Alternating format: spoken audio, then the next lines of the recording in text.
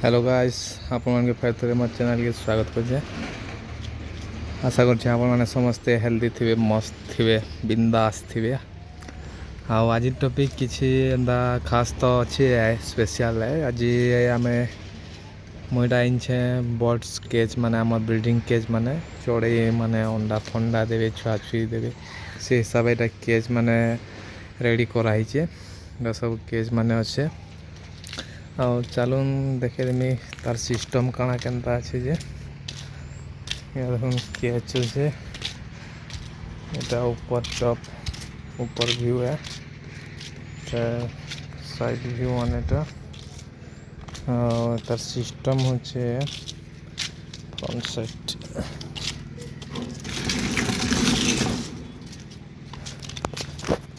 तार front side है, door बनाई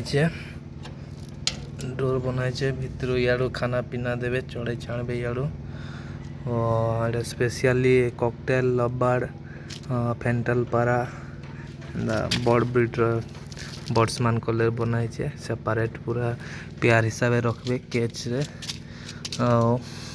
तो भितर रहले आराम से भितर रही। तार ऊपर आड़ यहाँ गोटे बॉक्स दिखाई होल जान अच्छे तुम ऊपर आड़ यहाँ सिस्टम अच्छे, याड़ू देखी पार्बे तार माने काना अंडा फंडा देला कि केनता काना याड़ू सब देखी पार्बे। लॉक सिस्टम कराई लॉक कराला अच्छे।